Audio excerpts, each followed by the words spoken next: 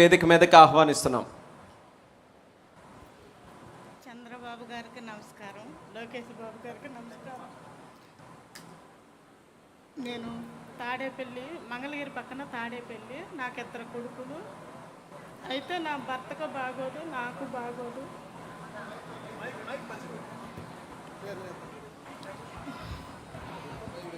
నాకు బాగోదు, నా భర్తకి బాగోదు. అయితే నాకు ఇద్దరు కొడుకులు. నా పెద్ద కొడుకు గత సంవత్సరం 2017వ తారీఖున 1వ నెల యాక్సిడెంట్ అయింది, చనిపోయాడు, స్పాట్ డెడ్. అయితే దిక్కు తోచక, ఎందుకంటే ఆ బిడ్డే మా కాదర్న, మమ్మల్ని చూసే బిడ్డ. ఎందుకంటే పెళ్ళిళ్ళు కాలేదు పిల్లలిద్దరు. అయితే పెద్ద కొడుకు కాబట్టి వాళ్ళ నాన్నగారికి బాగోదు, నాకు బాగోదు అని ఆయనే బాధ్యత తీసుకొని 8 సంవత్సరాల నుంచి మా ఇద్దరికి బాగోకపోతే చూసుకుంటా ఉన్నాడు. అట్టాటి బిడ్డ కోల్పోయలేక దిక్కు తోసక, ఏ సాయం లేక అన్యాయం అయిపోయి అల్లాడిపోతున్న సమయంలో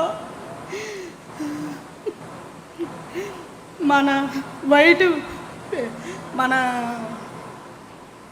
వెంకట్రావు గారు, మన గ్రామానికి వెంకట్రావు గారు వైట్ పేసినట్టు ఉన్నారు.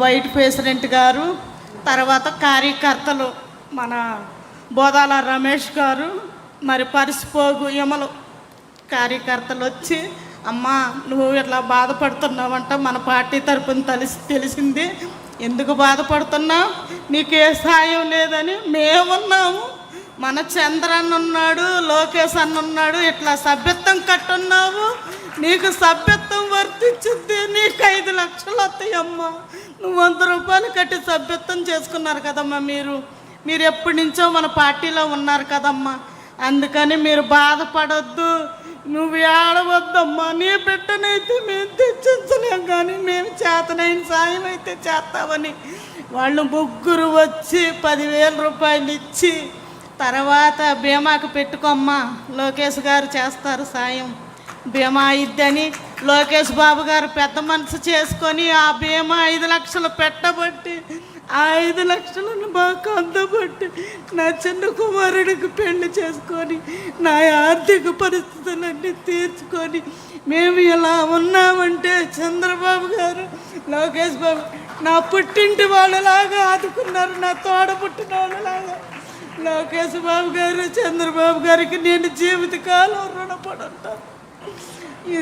నా జీవితం అంతా ఈ పార్టీకే నేను నిలబడతానని నేను హామీ ఇస్తున్నాను. ఈ పార్టీయే జీవితకాలం రావాలని కోరుకుంటూ మనస్ఫూర్తిగా.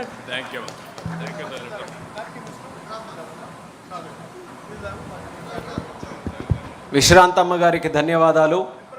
ఆమె తాలూకా ఆవేదన, ఆమె తాలూకా బాధ కేవలం ఆమె తాలూకా కథ మాత్రమే కాదు, తెలుగుదేశం పార్టీలో ఎంతోమంది కుటుంబాలకి మన అన్న లోకేష్ అన్న గారు మొదలుపెట్టినటువంటి కార్యకర్త సంక్షేమ నిధి కానీ, మన ఇన్సూరెన్స్ కార్యక్రమం కానీ, ఆపదలో ఉన్నటువంటి ఆ కుటుంబాలకి ఏ రకంగా భరోసా ఇస్తూ వాళ్ళ పిల్లల జీవితాలకి ఒక పునాది ఇచ్చే కార్యక్రమం ఎలా చేస్తుందనడానికి విశ్రాంతమ్మ గారు చెప్పినటువంటి మాటలే మనందరికీ కూడా ఒక భరోసా అనేది మరొకసారి తెలియజేసుకుంటూ, ఇప్పుడు ఇదే తీర్మానాన్ని బలపరచవలసిందిగా సూదిమల్ల సునీతమ్మ గారిని వేదిక మీదకు ఆహ్వానిస్తున్నాం.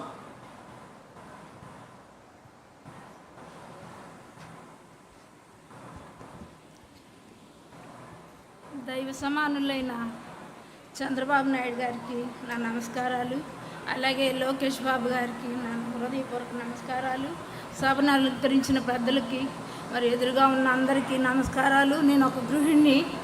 మరి నా బోత్ లెగ్స్ యాక్సిడెంట్ అయ్యి నేను 32 సంవత్సరాలకే నేను ఇంట్లోనే తప్ప బయట కూడా నడవలేను, ఆఖరికి ఆర్టీసీ బస్సు కూడా ఎక్కలేని స్థితిలో ఉన్నాను. నా భర్త నన్ను వివాహం చేసుకోకముందు నుంచి, తన ఓటు స్టార్ట్ అయిన దగ్గర నుంచి టీడీపీ పార్టీలో మరి తిరుగుతూ ఉండేవాడు. మా గ్రామం చిన్నది, 1000 పాపులేషన్ ఉంటుంది. అయితే ఆ స్థాయి నుంచి నా భర్త ఎప్పుడు తిరుగుతూ ఉండేవాడు పార్టీలో. మరి గ్రామ పార్టీ నాయకుడి దగ్గర నుంచి, మరి గ్రామ పార్టీ నాయకుడు, మరి అలాగే మండల పార్టీ అధ్యక్షుడిగాను, మరి అలాగే మరి పెద్దలు మరి కష్టపడినందుకు ప్రతిఫలం ఉంటుందని తదేపంగా మరి బాబు గారు చెప్తున్నట్లుగా మరి కష్టపడినందుకు నా భర్తకి మరి మండల పార్టీ అధ్యక్షుడిగా కాదు కానీ మళ్ళా మార్కెట్ యార్డ్ చైర్మన్గా కూడా ఇచ్చారు. అయితే తను ఎప్పుడు కూడా పార్టీ అని ఉదయకాలం నుంచి సాయంత్రం వరకు ఎప్పుడు వ్యవసాయం చేస్తూ ఎక్కువ కాలం పార్టీలో గడిపేవాడు. నేను ఎంతగానో నిందించుకునేదాన్ని, ఎందుకు ఇలా చేస్తున్నాడు, ఎప్పుడు పార్టీ అంటాడు. 40 ఎకరాలు పొలం చేస్తూ అవన్నీ మరి అందరికి అప్పచెప్పేసి వెళ్ళిపోతున్నాడు.